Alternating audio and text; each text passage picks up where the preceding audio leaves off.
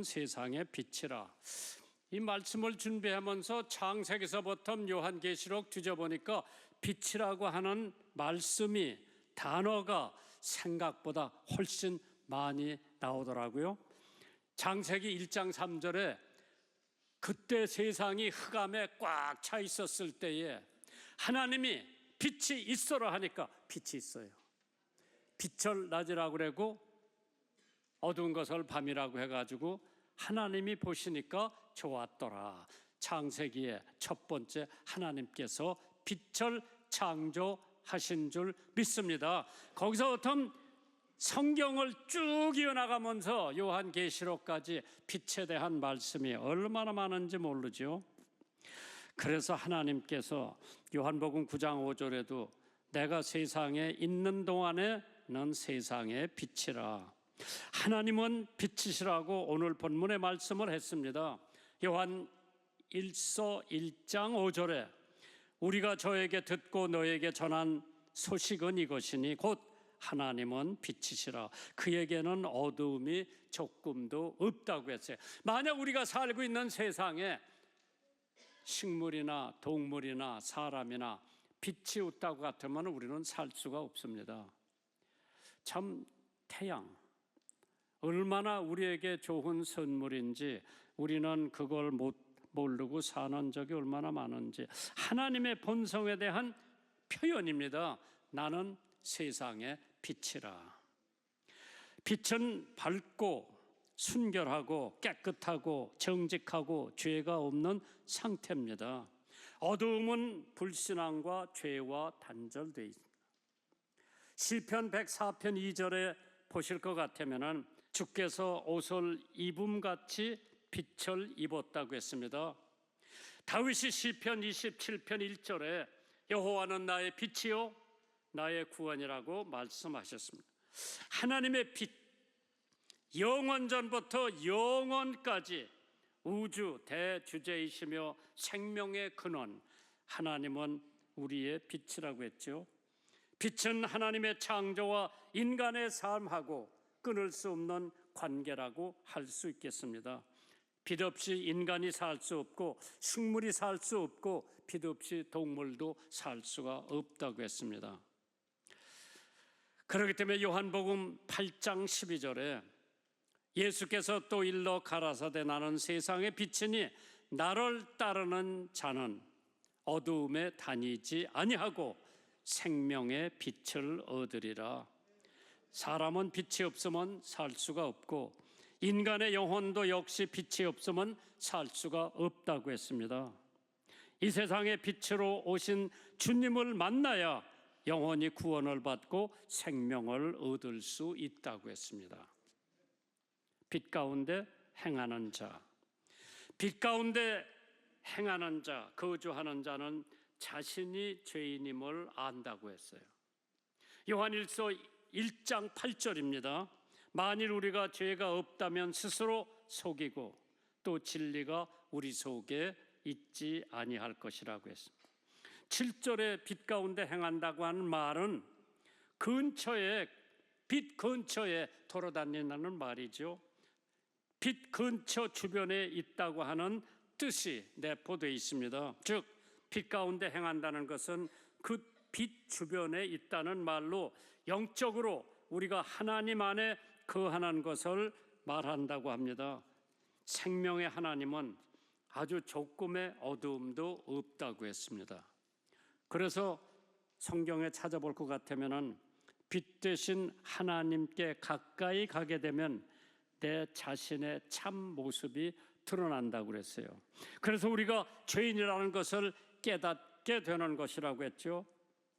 사람들이 나를 볼 때하고 하나님이 나를 볼 때하고는 천지 차이가 있습니다. 우리는 하나님을 못 속이지요. 사람은 얼마든지 속일 수가 있습니다. 사람 앞에서 거룩하게 보일 수도 있고 사람 앞에서 악하게도 보일 수가 있지만은 하나님 앞에서는 모든 게 드러나기 때문에 숨길 수가 없는 것이 하나님의 빛 때문에 예수님을 경험했다고 하면서도 아직 자신이 죄인이라는 것을 머리로만 알고 마음으로 깨닫지 못한다면 아직 주님의 빛 가운데 거한다는 것이 아닐 겁니다.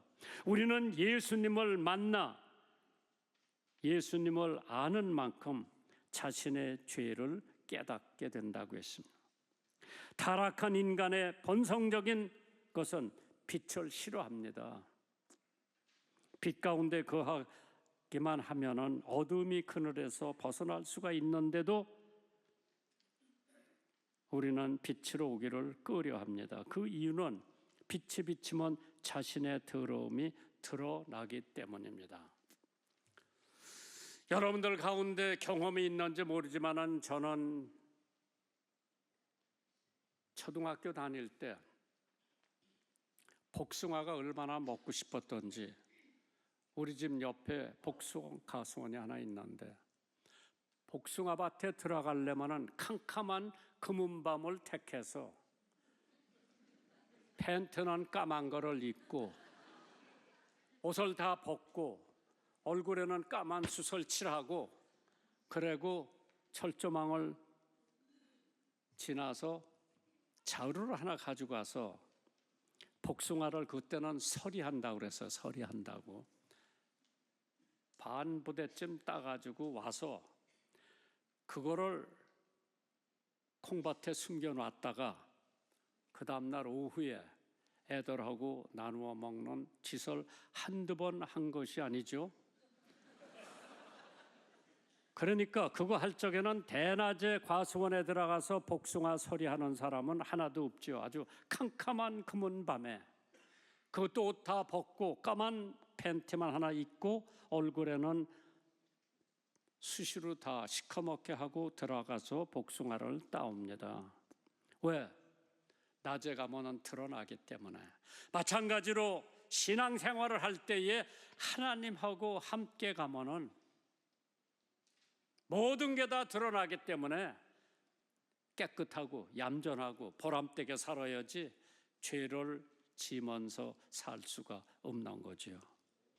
진리의 빛이신 주님 앞에 나올 때 우리가 죄인임을 깨닫게 되고 그거를 깨달았을 때 엎드려서 회개하고 예수를 믿으면 하나님의 자녀가 되는 권세를 주신다고 했습니다.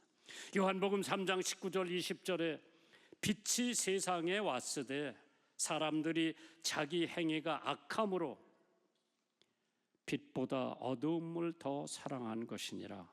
악을 향하는 자마다 빛을 미워하여 빛으로 오지 아니하나니 이는 그 행위가 드러날까 함이라고 했습니다.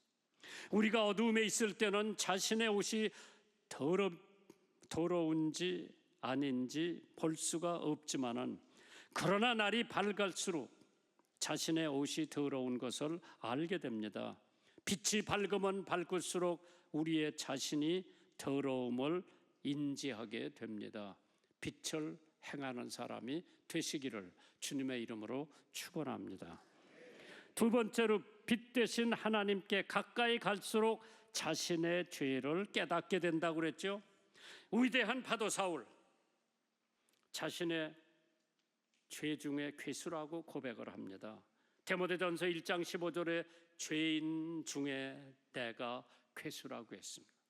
그 위대한 바울 사도, 하나님의 빛이 자기에게 들어왔을 때 어디서 다메섹하는 도상의 하늘에서 사울아 사울아 왜 나를 핍박하느냐, 니시오니까 네가 핍박하는 예수라, 그 말씀 한마디에 무릎을 꿇고 주님 앞에 회개하고 예수 믿는 사도가 된 줄 믿으시기 바랍니다. 이사야는 하나님의 영광을 배웠다고 그러죠. 화로다 나여 망하게 되었도다. 나는 입술이 부정한 사람이요 입술이 부정한 백성 중에 거하면서 만군의 여호와이신 왕을 배웠음이로다. 이사야 하나님을 만나고 난 다음에 자기 입술이 얼마나 부정하다고 하는 것을 깨달으면서 자기가 죄인이라고 하는 것을 알게 됐죠.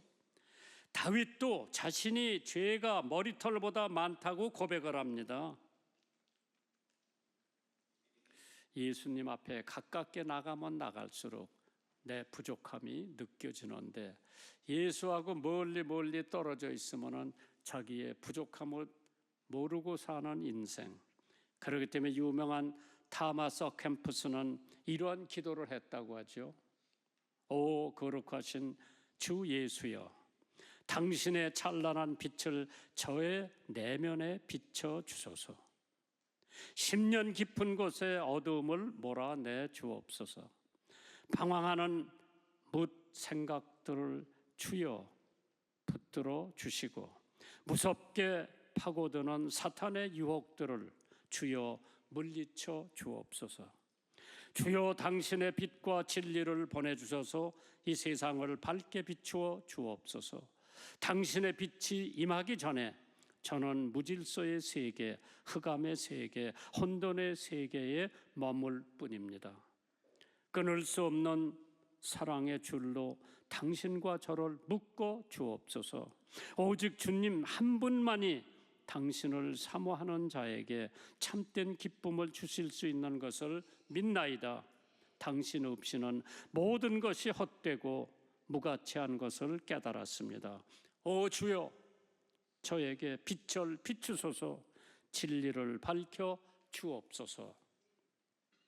두 번째로 하나님과 사귐이 있는 자에게는 빛 가운데서 행한다고 했습니다.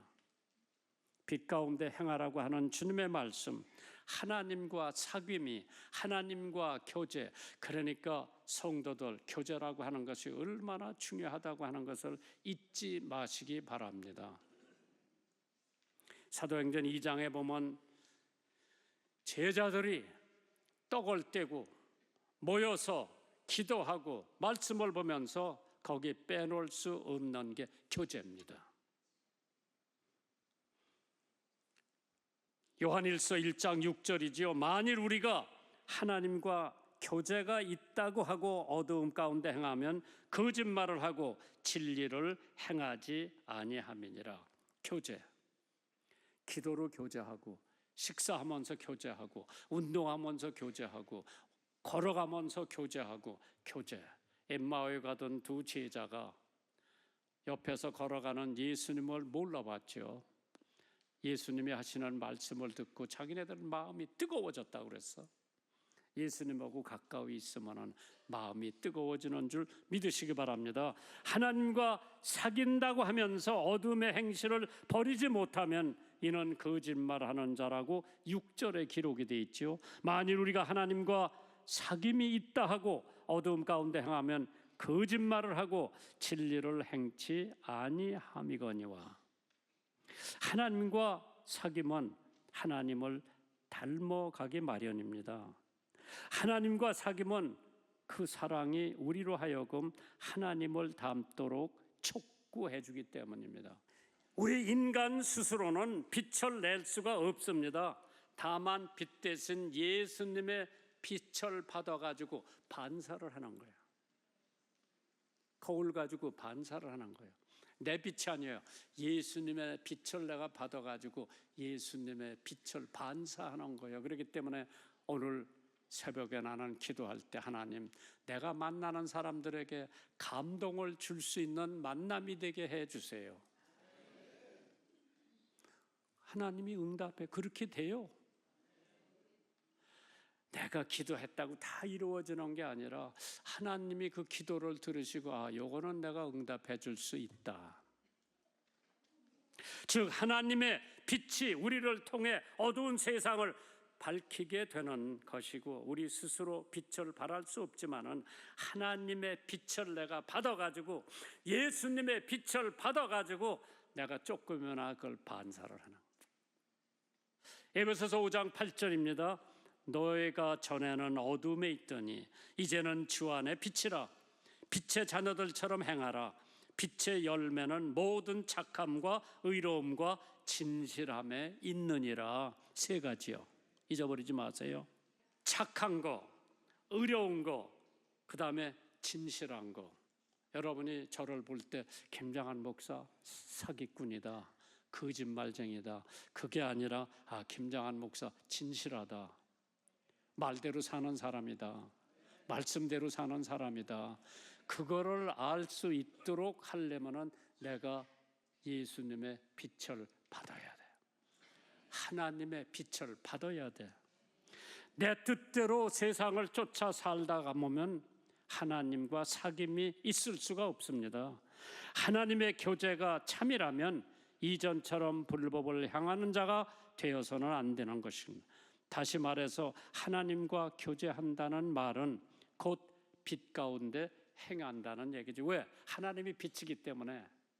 에녹이 하나님하고 동행하다가 자기 집이 점점 멀고 하나님의 집이 점점 가까우니까 하나님께서 에녹더러 야, 뭐 너희 집이 가지 말고 나하고 하루 저녁 가서 우리 집에서 지내자.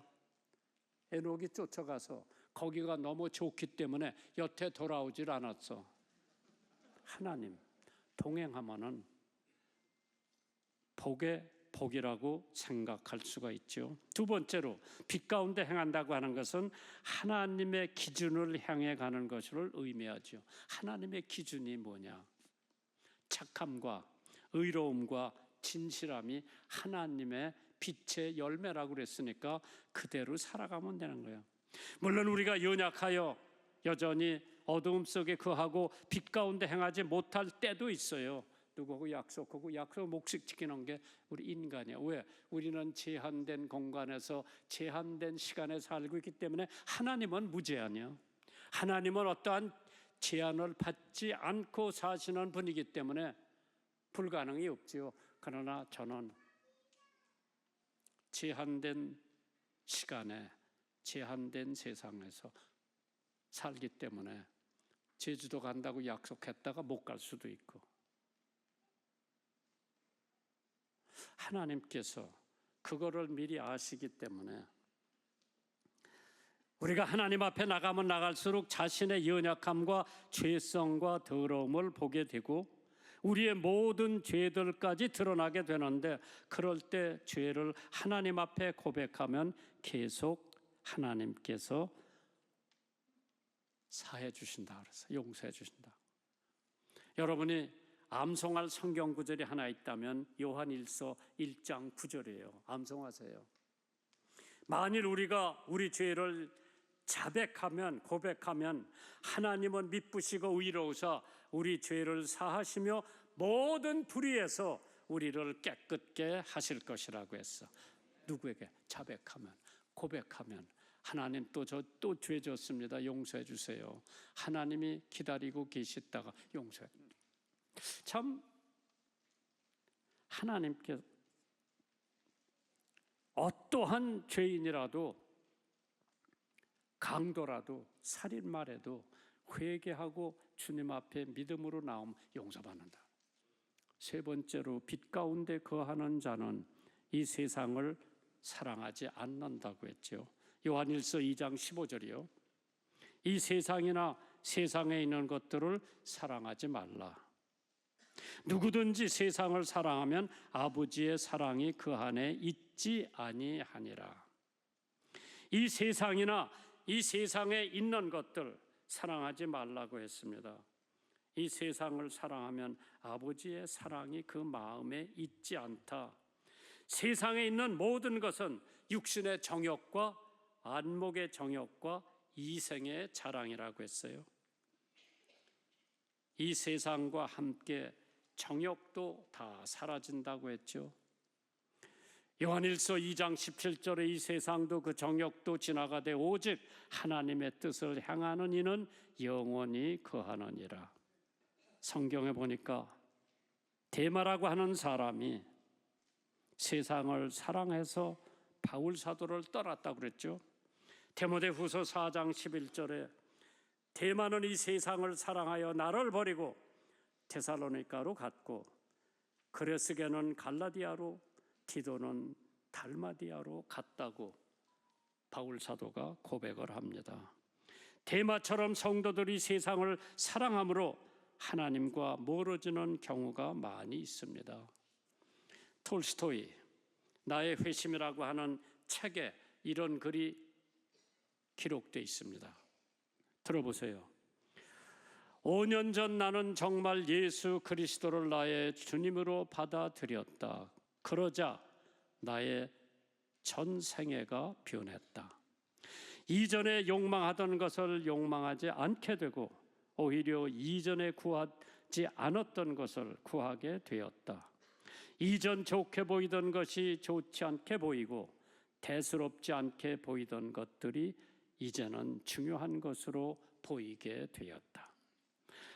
나는 소위 행운의 무지개를 쫓아 살았는데 그 허무함을 알게 되었다. 거짓으로 나를 꾸미는 것이나 여인들과 타락한 생활이나 술 취해 기분 좋은 것이 더 이상 나를 행복하게 할 수가 없었다. 톨스토이는 예수님을 만난 뒤 더 이상 세상을 사랑하지 않았습니다. 주님의 빛 가운데 거하는 삶이 그의 기쁨이 되었다고 합니다. 그래서 빛 가운데로 우리는 나가야 됩니다. 빛 대신 하나님 앞에 떳떳하게 있을 수 있는 인간은 한 명도 없지만은 구원받기 위해서 오로지 주님의 은혜만을 구해야 합니다. 현재 비누아루 군도라고 불리는 뉴 브리스티스 제도 복음을 전하려 떠난 선교사 얘기입니다. 이미 선교사님들을 복음 전하기 때문에 그 섬에 살고 있는 사람들은 완고하고 호전적인 원민주들에게 전부가 죽임을 당하고 말았기에 그곳은 그야말로 선교사님들의 무덤이라고 그랬어요. 그럼에도 이곳에 복음을 전한다고 생각한 선교사님은 그 사실을 알고도 편도 비행기표를 끊었습니다. 그리고 자신 시체를 둘 관까지 준비해 갖고 갔습니다. 죽을 게 뻔한 사실인데 떠나지 말라고 하는 주변 사람들의 권유에 선교사님은 이렇게 말을 합니다. 예수님을 믿는 순간 이전의 나의 삶은 이미 죽었습니다. 남은 삶은 오직 복음을 위해서 살겠습니다. 죽기를 각오하고 떠난 선교사님은 기적적으로 뉴헤이 브리스티지의 원주민들과 친해졌습니다. 선교사님은 35년 동안 거기서 복음을 전하고 살면서 세상을 떠났습니다. 원주민들은 선교사님을 섬의 가장 중심부에 묻어두고 묘비를 다음과 같이 묘비를 써주었습니다. 그가 왔을 때에 우리에게는 빛이 없었다. 그가 떠났을 때 이제 우리에게는 어두움이 없었다. 그 사람의 비문에 기록되어 있는 말씀입니다. 거기 가서 섬의 복음을 전한 최초의 선교사 멜런이라고 하는 사람의 얘기입니다. 죽음을 각오하고 거기까지 가서 35년 복음을 전했던 사람. 저가 빛 가운데 계신 것 같이 우리도 빛 가운데 행하면 우리가 서로 사귐이 있고 그 아들 예수의 피가 우리 모든 죄에서 깨끗게 하실 것이다. 저도 17살까지 어두움에 있다가 신학생의 전도를 받고 밝은 빛, 예수님을 믿고 구원받고 한 번도 후회 없이 지금까지 그 빛 가운데 거해 보려고 무척 노력을 하고 있습니다. 빛 가운데 행하는 자가 되라. 빛은 창세기서부터 요한계시록까지 그 성경 구절에 엮어지고 또 엮어지고 또 엮어져 있는데 오늘 말씀을 들으신 여러분들은 빛 가운데 행하는 성도 되시기를 주님의 이름으로 축원합니다.